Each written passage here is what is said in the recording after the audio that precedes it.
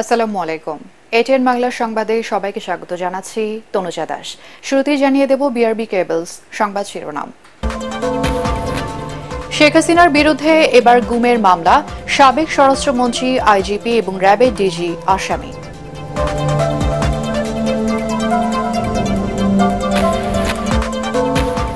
সাবেক মন্ত্রী আনিসুল হক এবং সালমান এফ রহমানকে আদালতে নেওয়া হয়েছে। জিজ্ঞাসাবাদের জন্য রিমান্ড চাইবে পুলিশ।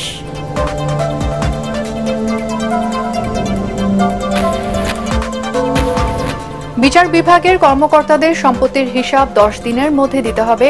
এই মাসের মধ্যে হয়রানিমূলক সব মামলা প্রত্যাহারের নির্দেশ আইন উপদেষ্টার। 1 মাস পর খুলেছে প্রাইমারি স্কুল, শিক্ষার্থীদের উপস্থিতি কম, ক্ষতি পুষিয়ে নিতে নানা পদক্ষেপ শিক্ষকদের।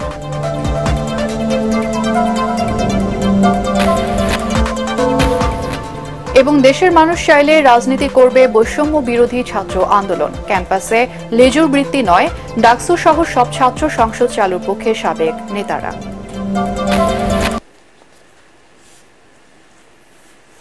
শুনছিলেন বিআরবি কেবলস সংবাদ শিরোনাম, এবারে বিস্তারিত। এবার গুমের মামলার আসামি হলেন সাবেক প্রধানমন্ত্রী শেখ হাসিনা।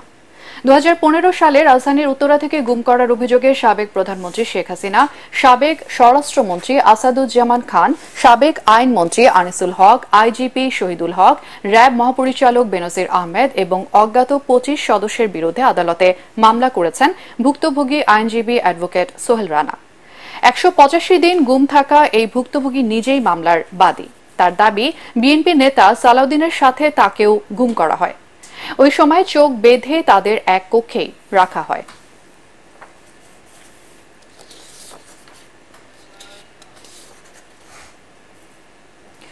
সাবেক আইনমন্ত্রী আনিসুল হক এবং সাবেক প্রধানমন্ত্রী শেখ হাসিনার বেসরকারি শিল্প এবং বিনিয়োগ উপদেষ্টা সালমান এফ রহমানকে রাজধানী মিন্টু রোডের ডিবি কার্যালয় থেকে সিএমএম কোর্টে নেওয়া হয়েছে। আদালতে হাজিরের পর তাদের রিমান্ড চাওয়া হবে বলে জানিয়েছেন সংশ্লিষ্টরা। গতকাল রাজধানীর সদরঘাট থেকে তাদেরকে আটক করা হয়। এ সময় দাড়িগোঁফ কেটে লুঙ্গি পরে ছদ্মবেশে ছিলেন সালমান এফ রহমান। রাতেই তাদেরকে ডিবির হাতে সোপর্দ করা হয়। গত 16 জুলাই বৈষম্য বিরোধী ছাত্র আন্দোলনের কর্মসূচি চলাকালে ঢাকা কলেজের সামনে সংঘর্ষে 2 জন নিহতের ঘটনায় নিউ মার্কেট থানার 2টি হত্যা মামলায় ইন্ধনদাতা হিসেবে আওয়ামী লীগের প্রভাবশালী ওই 2 নেতাকে গ্রেফতার করা হয়। বৈষম্য বিরোধী ছাত্র আন্দোলনে হত্যাকারীদের বিরুদ্ধে মানবতা বিরোধী অপরাধে বিচার করা হবে। সাবেক প্রধানমন্ত্রী শেখ হাসিনা এবং হুকুমদাতাদের আইনের আওতায় আনা হবে। সচিবালয়ে সংবাদ সম্মেলনে এসব কথা বলেন আইন উপদেষ্টা অধ্যাপক আসিফ নজরুল। তিনি জানান, এসব তদন্তে সহায়তা করবে জাতিসংঘ। জুলাই আন্দোলনে ঢাকার মিথ্যা মামলা কালকের মধ্যে প্রত্যাহার করা হবে। সারা দেশের প্রত্যাহার করা হবে 31 আগস্টের মধ্যে। রিপোর্টে আরো জানাচ্ছেন মাহবুব কবির চপল। 1 জুলাই থেকে শিক্ষার্থীদের আন্দোলন দমাতে একের পর এক মামলা দেওয়া হয়, গ্রেফতার করা হয় বহু শিক্ষার্থীকে। অবশ্য সরকার পতনের পর জামিন পান শিক্ষার্থীরা। এবার ওই মামলাগুলো চূড়ান্তভাবে প্রত্যাহারের সিদ্ধান্ত নিল অন্তর্বর্তীকালীন সরকার। একই সাথে প্রত্যাহার করা হবে প্রথম আলোর সাংবাদিক রোজিনা ইসলাম ও নাগরিক ঐক্যের আহ্বায়ক মাহমুদুর রহমান মান্নার মামলাও। পুলিশের অনেকে কাজে ফিরে আসার মতো পরিবেশ ছিল না, আস্থা ছিল না। এটা জাস্ট গতকাল থেকে ওনারা প্রায় ফুললি ফাংশনাল হয়েছেন, এই জন্য একটু টাইম লাগছে। তো আমরা আশা করছি এই বৃহস্পতিবারের মধ্যে ঢাকা শহরে যে মিথ্যা এবং হয়রানিমূলক মামলা হয়েছিল সেগুলি প্রত্যাহার সম্পন্ন হবে। সাংবাদিক রোজিনা ইসলামের বিরুদ্ধে জানেন যে কি মিথ্যা মামলা করা হয়েছিল। আপনারা জানেন যে মাহমুদুর রহমান মান্না। আমি এই দুটা উল্লেখ করছি বোঝানোর জন্য আপনাদের যে আমরা কতটা প্রোঅ্যাক্টিভলি কাজ করার চেষ্টা করছি। রোজিনা ইসলামের পাসপোর্ট অলরেডি ফেরত দেওয়া হয়েছে। রোজিনা ইসলাম এবং মাহমুদুর রহমানের মামলা আগামীকালই প্রত্যাহারের ব্যবস্থা নেওয়া হবে। তিনি জানান, 1 জুলাই থেকে 5 আগস্ট পর্যন্ত গণহত্যার যে অভিযোগ উঠেছে জাতিসংঘের তত্ত্বাবধানে তার তদন্ত করা হবে। সাবেক প্রধানমন্ত্রী শেখ হাসিনা সহ হুকুমদাতাদের সংশ্লিষ্টতা পেলে মানবতা বিরোধী অপরাধ ট্রাইব্যুনালে বিচার করা হবে। আপনি আন্তর্জাতিক অপরাধ আদালতে তখনই যেতে পারবেন যদি আপনি নিজস্ব অপরাধ আদালতে এটার বিচার করতে আনউইলিং, অনিচ্ছুক বা আনেবল, অসমর্থ হন। আমরা তো অসমর্থ না। আমরা এই বিচারটা করা যায় নাকি সেই ব্যাপারে আমরা বদ্ধপরিকর, এবং এই বিচারের আওতায় সাবেক সরকার প্রধান সহ অন্য যারা জড়িত থাকার অভিযোগ রয়েছে, যাদের আদেশ নির্দেশ থাকার অভিযোগ রয়েছে, আমরা পত্রপত্রিকায় দেখেছি, কিছু মন্ত্রীর নাম দেখেছি, সর্বোচ্চ পর্যায়ে আমরা এখানে কোনো ছাড় দিব না। আইন উপদেষ্টা জানান, সব জায়গার বৈষম্য দূর করতে চেষ্টা করছে সরকার। জনগণের ভোটাধিকার নিশ্চিত করতে ঢেলে সাজানো হবে নির্বাচন কমিশনকেও। 10 কর্মদিবসের মধ্যে বিচার বিভাগীয় কর্মকর্তাদের সম্পদ বিবরণী জমা দেওয়ার নির্দেশ দেন আইন উপদেষ্টা। মাহবুব কবির চপল, ATN বাংলা, ঢাকা। সাবেক স্বরাষ্ট্রমন্ত্রী এবং মোহাম্মদপুর থানার একটি হত্যা মামলার আসামি আসাদুজ্জামান খান কামাল অবস্থান করছেন এমন খবরে পুরান ঢাকার গ্যান্ডারিয়ায় একটি বাড়ি ঘেরাও করে রাতভর বিক্ষোভ করেছে স্থানীয় ছাত্র জনতা। রাত 12:30 থেকে বাড়িটি ঘিরে রাখা হয়। 2:30টার দিকে সেখানে যায় সেনাবাহিনীর সদস্যরা। তারা বাড়ির ভেতরে ঢুকে তল্লাশি করে জানায় সেখানে আসাদুজ্জামান খান কামাল নেই। প্রত্যক্ষদর্শীরা জানিয়েছেন ওই ভবন এবং তার পাশের কয়েকটি বাড়িতেও তল্লাশি চালিয়েছে সেনাবাহিনী।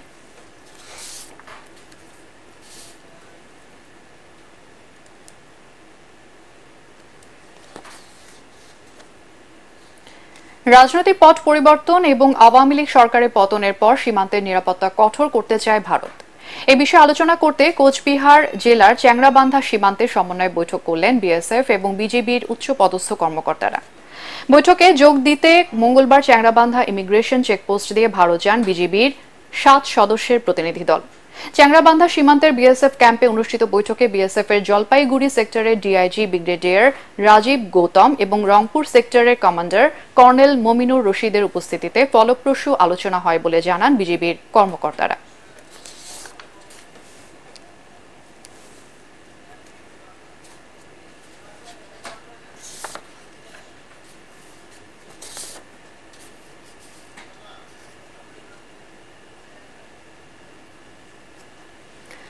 দেশের মানুষ চাইলে রাজনীতির বিষয়ে অবশ্য ভাববে বৈষম্য বিরোধী ছাত্র আন্দোলন।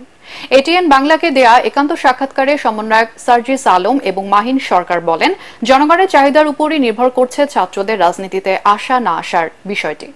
ক্যাম্পাসে লেজুর বৃত্তির ছাত্র রাজনীতি বন্ধ করে ছাত্র সংসদকে কার্যকর করার আশ্বাস দেন তারা। আরো জানাচ্ছেন আদ্দিন সজীব। নজিরবিহীন গণ অভ্যুত্থানে দেশে এসেছে ছাত্র জনতার বিজয়, যাকে দ্বিতীয় স্বাধীনতা বলছেন কেউ কেউ। বড় রাজনৈতিক দল যা করতে পারেনি, শেখ হাসিনার সরকার পতন ঘটিয়ে সেই ইতিহাস গড়েছে ছাত্ররাই।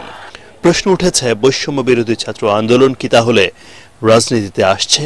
আমরা এটা কখনোই বলবো না রাজনীতির প্রয়োজন নেই। একটি দেশের পলিসি মেকাররা যারা সংসদে বসে আসলে পলিসি মেক করে, তারা কিন্তু রাজনীতিবিদ এক একজন।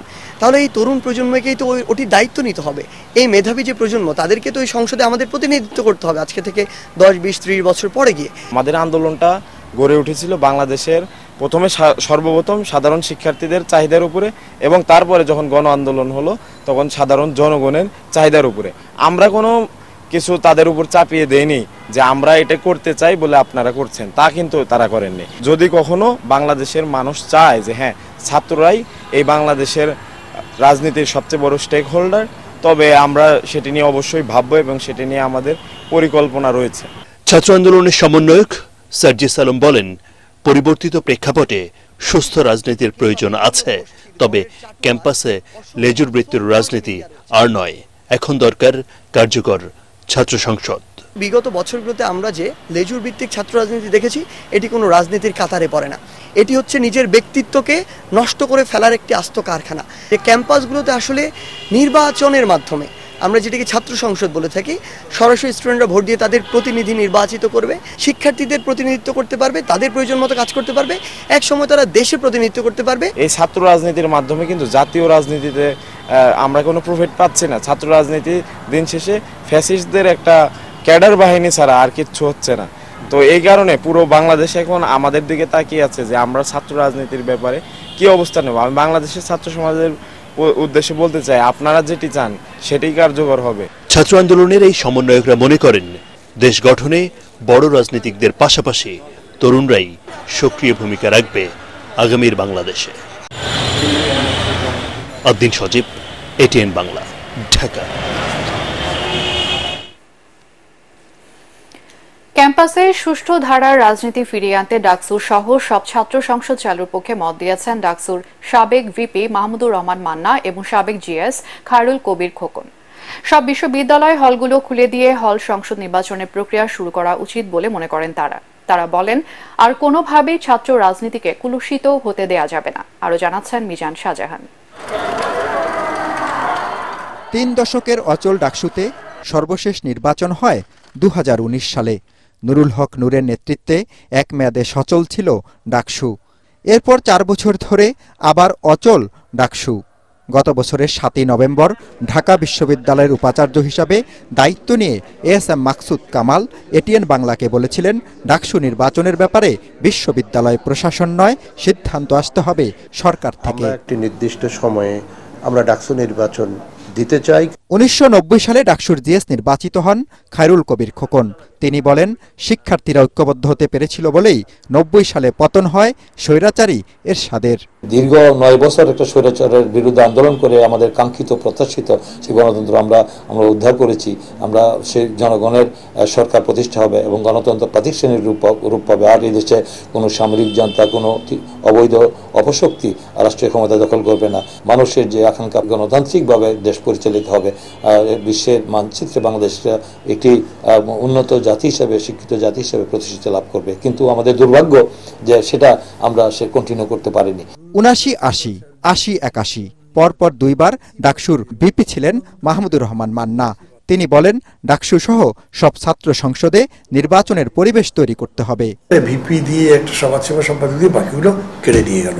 তারপরে দিয়ে ভেরি অ্যালার্ট আর ইলেকশন দেওয়া যাবে না। আওয়ামী লীগ তো কোনো সময় ক্ষমতা পাওয়ার পরে বিরোধী দলে থাকতে তারা গণতন্ত্রের কথা বলে, কিন্তু ক্ষমতা গেলে তারা কখনো গণতান্ত্রিক আচরণ করে না। বিএনপি আওয়ামী লীগের মতো অত বড় দক্ষতার সাথে স্বৈরাচারী হতে পারেনি, কিন্তু তারাও স্বৈরাচারী আচরণ করেছে। এখন তারা যদি ভালো মানুষ হয়ে যায় তাহলে ভালো।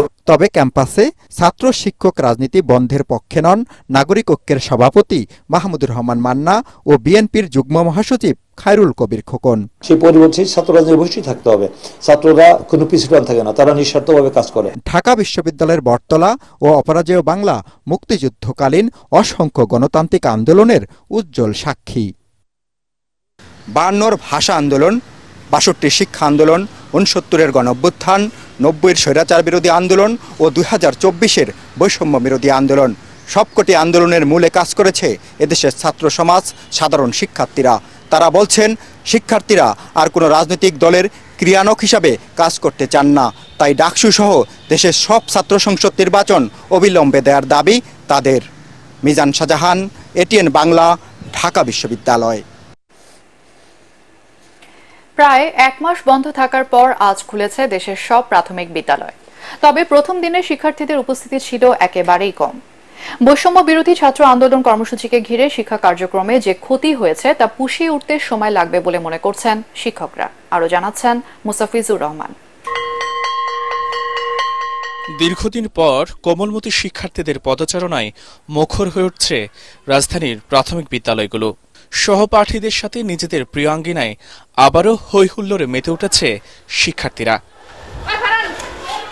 রাজধানীর বেশ কটি স্কুল ঘুরে দেখা যায়, প্রথম দিনে শিক্ষার্থীর উপস্থিতি ছিল একেবারেই কম। দীর্ঘ ছুটি কাটিয়ে সহপাঠীদের কাছে পেয়ে উচ্ছ্বসিত তারা। এই থেকে 3 সপ্তাহ বন্ধ ছিল। এই বন্ধের ভিতরে আমাদের কোচিং বন্ধ ছিল, স্কুল বন্ধ ছিল, বাসা থেকে বাইরে হওয়া যেত না, কোথাও খেলতেও পারতাম না, বন্ধুদের সাথে খেলি নাই। তো এতদিন অত ভালো ছিলাম না। এখন আজকে স্কুলে এসে অনেক ভালো লাগতো। আজকে স্কুলে এসে পড়ালেখা করতেছি, ফ্রেন্ডের সাথে কথা বলতেছি, ভালো লাগতেছে।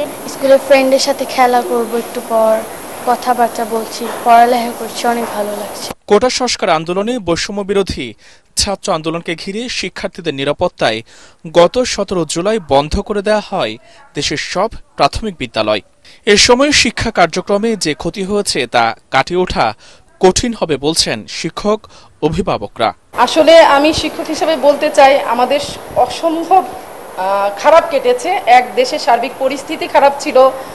আমাদের শিক্ষার্থীরা আসলে ধারাবাহিক যে পড়ার একটা সিস্টেম বা নিয়ম, এটা ব্যাহত হয়েছে। আমাদের এটা আসলে এখন এই শিক্ষণ ঘাটতি পূরণ করতে আমাদের অনেক কষ্ট হবে। কোথাও নিয়ে যেতে পারি নাই। একদিকে ছাত্র আন্দোলন ছিল, বাইরে প্রশাসনের কারফিউ জারি ছিল, সবকিছু মিলে ওরা বেশ ঘরমুখী হয়ে পড়েছিল। বাচ্চারা যেন পিছিয়ে না পড়ে এবং এই গ্যাপটা যেন তারা কাটিয়ে উঠতে পারে, সেজন্য আমরা সবসময় বাচ্চাদের সাথে যোগাযোগ রেখেছি। বিদ্যালয়গুলোতে ধীরে ধীরে শিক্ষার্থীর উপস্থিতি বাড়বে, এমনটাই আশা শিক্ষকদের। মুস্তাফিজুর রহমান, এটিএন বাংলা, ঢাকা। গণ আন্দোলন দমনে আইনশৃঙ্খলা বাহিনী এবং দলীয় ক্যাডার দিয়ে নিরীহ ছাত্র জনতার উপর চালানো গণহত্যার দায়ে শেখ হাসিনার বিচার দাবিতে দেশব্যাপী বিক্ষোভ কর্মসূচি পালন করছে বিএনপি। কেন্দ্রীয় কর্মসূচির অংশ হিসেবে মালিবাগ মোড় থেকে বিক্ষোভ মিছিল বের করে জাতীয়তাবাদী যুবদল। যুবদল নেতারা বলেন, দেশকে মৃত্যু উপত্যকায় পরিণত করে শেখ হাসিনা দেশ ছেড়ে পালিয়ে গেছেন। শেখ হাসিনা সহ গণহত্যায় জড়িতদের বিচারের দাবিতে যাত্রাবাড়ি এলাকায় ঢাকা মহানগর দক্ষিণ বিএনপির সদস্য সচিব তানভীর আহমেদ রবিনের নেতৃত্বে বিক্ষোভ করে নেতাকর্মীরা।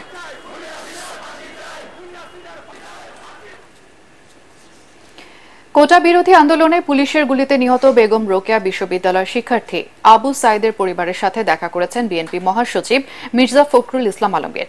কিছুক্ষণ আগে পীরগঞ্জের জাফরপাড়া বাবনপুর গ্রামে পৌঁছে আবু সাইদের কবর জিয়ারত করেন বিএনপি মহাসচিব। পরে মরহুমের বাড়িতে গিয়ে পরিবারের সদস্যদের সান্ত্বনা দেন এবং তাদের খোঁজ খবর নেন মির্জা ফখরুল। এ সময় ভারপ্রাপ্ত চেয়ারম্যান তারেক রহমানের পক্ষ থেকে আবু সাইদের পরিবারকে সব ধরনের সহায়তা এবং পাশে থাকার কথা জানান বিএনপি মহাসচিব। কোটা বিরোধী আন্দোলনের নেতৃত্ব দিতে গিয়ে গত 16 জুলাই রংপুরে পুলিশের গুলিতে নিহত হন বেগম রোকেয়া বিশ্ববিদ্যালয়ের ইংরেজি বিভাগের শিক্ষার্থী আবু সাইদ। সাভার জাতীয় স্মৃতিসৌধে বীর শহীদদের প্রতি ফুল দিয়ে শ্রদ্ধা নিবেদন করেছেন মুক্তিযোদ্ধা বিষয়ক উপদেষ্টা বীর মুক্তিযোদ্ধা ফারুকি আজম বীর প্রতীক। এ সময় তিনি বীর শহীদদের স্মরণে 1 মিনিট নীরবতা পালন করেন এবং স্মৃতিসৌধে পরিদর্শন বইয়ে স্বাক্ষর করেন। কোটা আন্দোলনে মুক্তিযোদ্ধা মন্ত্রণালয়ের অনেক সম্মান ক্ষুণ্ণ হয়েছে, সেই সম্মান ফিরিয়ে আনতে একযোগে কাজ করার প্রত্যয় ব্যক্ত করেন তিনি। এ সময় মুক্তিযোদ্ধা মন্ত্রণালয়ের ঊর্ধ্বতন কর্মকর্তারা উপস্থিত ছিলেন।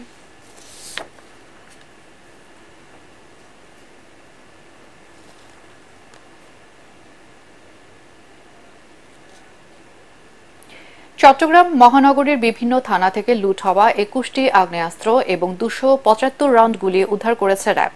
গোয়েন্দা নজরদারির ভিত্তিতে নগরীর বিভিন্ন এলাকা থেকে এসব আগ্নেয়াস্ত্র এবং গুলি উদ্ধার করে র্যাব 7। উদ্ধার হওয়া অস্ত্রের মধ্যে রয়েছে SMG, China rifle, BD rifle, shotgun, pistol এবং গ্যাস গান। পরে তা চট্টগ্রাম মেট্রোপলিটন পুলিশের উপপুলিশ কমিশনারের কার্যালয়ে হস্তান্তর করা হয়। 5 আগস্ট বন্দরনগরীর বিভিন্ন থানায় ভাঙচুর, অগ্নিসংযোগের সময় এইসব অস্ত্র এবং গুলি লুট করা হয়। সাভার মডেল থানার স্বাভাবিক কার্যক্রম পুনরায় চালু করে আইন শৃঙ্খলা পরিস্থিতি উন্নতিকরণ বিষয়ে এক সভা অনুষ্ঠিত হয়েছে। সাভার উপজেলা পরিষদ অডিটোরিয়ামে আয়োজিত সভায় বক্তারা জনগণের প্রতি আইন শৃঙ্খলা রক্ষাকারী বাহিনীর সঠিক আচরণ নিশ্চিত করে নিরপেক্ষভাবে কাজ করা, থানা থেকে লুট করা অস্ত্র উদ্ধার, পুলিশ সদস্যদের বদলির ক্ষেত্রে সমান সুযোগ দেয়া সহ বিভিন্ন বিষয়ে গুরুত্বারোপ করেন। অনুষ্ঠানে সভাপতিত্ব করেন উপজেলা নির্বাহী অফিসার রাহুল চন্দ। এ সময় ঢাকা জেলা বিএনপির সাবেক সভাপতি এবং সাবেক সংসদ সদস্য ডাক্তার দেওয়ান মোহাম্মদ সালাউদ্দিন, ঢাকা জেলা পুলিশ সুপার মোহাম্মদ আসাদুজ্জামান, অতিরিক্ত পুলিশ সুপার মোবাশ্বেরা হাবিবা সহ উপস্থিত ছিলেন সাভার মডেল থানা এবং ডিবির অফিসার ইনচার্জ এবং বৈষম্য বিরোধী ছাত্র আন্দোলনের স্থানীয় নেতৃবৃন্দ।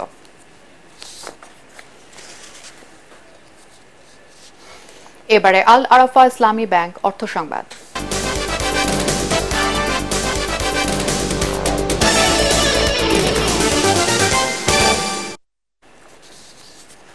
বৈষম্য বিরোধী ছাত্র জনতার আন্দোলনে আবু সাইদ সহ সকল শহীদদের প্রতি শ্রদ্ধা জানিয়েছেন দেশের বিড়ি শ্রমিক নেতৃবৃন্দ। সকালে বাংলাদেশ বিড়ি শ্রমিক ফেডারেশনের কেন্দ্রীয় কমিটি এবং বৃহত্তর রংপুর অঞ্চলের বিড়ি শ্রমিক নেতৃবৃন্দ রংপুরের পীরগঞ্জ উপজেলার বাবনপুর গ্রামে কোটা সংস্কার আন্দোলনের প্রথম শহীদ আবু সাইদের গ্রামে যান এবং আবু সাইদের বাবা মার সাথে দেখা করেন। এ সময় তারা শহীদ আবু সাইদের বাবা মার প্রতি সমবেদনা জানান এবং তাদের আর্থিক সহায়তা প্রদান করেন। এর আগে ফেডারেশন নেতৃবৃন্দ আবু সাইদের কবর জিয়ারত করেন। এ সময় বিড়ি শ্রমিক ফেডারেশনের কেন্দ্রীয় সভাপতি আমিন উদ্দিন বিএসসি, যুগ্ম সাধারণ সম্পাদক আবুল হাসনাত লাবলু, সদস্য রাশেদুল ইসলাম সহ অন্যান্য নেতৃবৃন্দ উপস্থিত ছিলেন।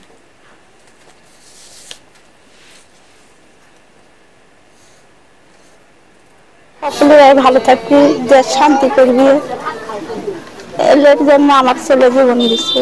কোটা জানে যাওয়া, কোটার মধ্যে ছেলে চাকরি পারতো না, ভালো চাকরি করে চেয়েছিল, ভালো চাকরি হাসিনা দেয় না। হাসিনা যেন আল্লাহ যেন ফাঁসি দেয়। রংপুর অঞ্চল সহ বাংলাদেশের সমস্ত শ্রমিকের পক্ষ থেকে আমরা তার আত্মার মাগফিরাত কামনা করি। সেই সাথে আমরা তার পরিবারের সকলের সমবেদনা কামনা আর হত্যাকারীদের ফাঁসি চাই। এই স্বৈরাচারী শাসকের সমস্ত দোষরদের বিচারের আওতায় আনার জন্য আমি দাবি জানাচ্ছি। বরগুনা জেলা আওয়ামী লীগের সাধারণ সম্পাদক এবং জেলা পরিষদ চেয়ারম্যান জাহাঙ্গীর কবিরকে আটক করেছে পুলিশ। বুধবার ভোর 6টার দিকে শহরের আমতলা পাড়ার বাসা থেকে তাকে আটক করা হয় বলে নিশ্চিত করেছেন সদর থানার ভারপ্রাপ্ত কর্মকর্তা AK-M মিজানুর রহমান। জানান, ঢাকা থেকে আসা পুলিশের একটি দল সদর থানা পুলিশ এবং গোয়েন্দা পুলিশের যৌথ অভিযানে তাকে আটক করে। সম্প্রতি শেখ হাসিনার সঙ্গে ফোনালাপের দাবি করেন জাহাঙ্গীর কবির। দেশের চলমান পরিস্থিতি এবং 15 আগস্ট কর্মসূচি পালনের নির্দেশনা ছিল ওই ফোনালাপে। এমন একটি ভিডিও ছড়িয়ে পড়ে সামাজিক যোগাযোগ মাধ্যম ফেসবুকে। ওই ফোনালাপের জেরে তাকে আটক করা হয়েছে বলে ধারণা করা হচ্ছে। এবারে পাটেক্স খেলার খবর।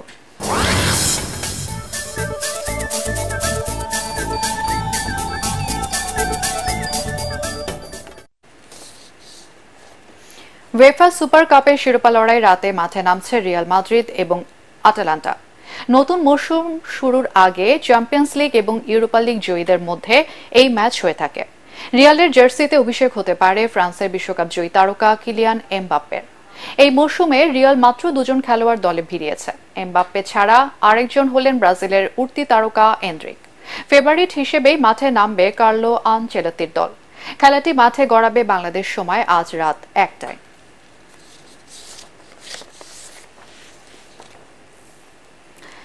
কলম্বাস ক্রুর কাছে হেরে লিগস কাপের কোয়ার্টার ফাইনাল থেকে বিদায় নিল বর্তমান চ্যাম্পিয়ন ইন্টার মায়ামি। ওহিওতে মেসির মায়ামিকে 3-2 গোলে হারিয়েছে কলম্বাস ক্রু। ইনজুরির কারণে এই ম্যাচেও ছিলেন না আর্জেন্টাইন মহাতারকা। যদিও রোহাসের গোলে 10 মিনিটে এগিয়ে যায় মায়ামি। এরপর 62 মিনিটে ব্যবধান দ্বিগুণ করেন গোমেজ। তবে সেই লিড ধরে রাখতে পারেনি টাটা মার্টিনোর দল। 67 মিনিটে কলম্বাসের হয়ে ব্যবধান কমান রামিরেস। এরপর দিয়েগো রসি 69 আর 80 মিনিটে জোড়া গোল করে বিদায় করে দেয় ইন্টার মায়ামিকে।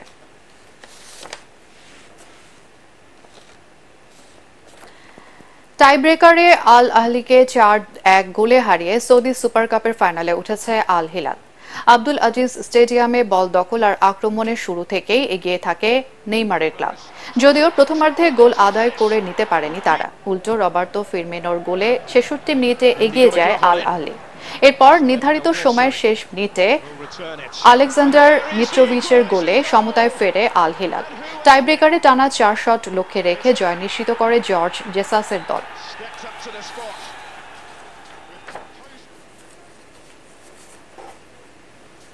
শেষ করার আগে বিআরবি কেবলস সংবাদ শিরোনাম আরো একবার। শেখ হাসিনার বিরুদ্ধে এবার গুমের মামলা, সাবেক স্বরাষ্ট্রমন্ত্রী, আইজিপি এবং র্যাবের ডিজি আসামি।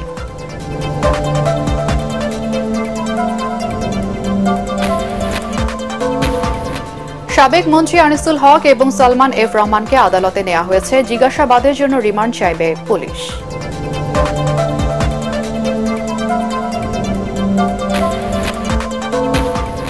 বিচার বিভাগের কর্মকর্তাদের সম্পত্তির হিসাব 10 দিনের মধ্যে দিতে হবে। এই মাসের মধ্যে হয়রানিমূলক সব মামলা প্রত্যাহারের নির্দেশ আইন উপদেষ্টার। 1 মাস পর খুলেছে প্রাইমারি স্কুল। শিক্ষার্থীদের উপস্থিতি কম, ক্ষতি পুষিয়ে নিতে নানা পদক্ষেপ শিক্ষকদের।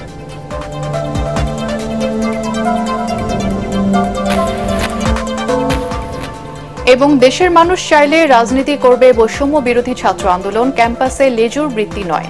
ডাকসু সহ সব ছাত্র সংসদ চালুর পক্ষে সাবেক নেতারা।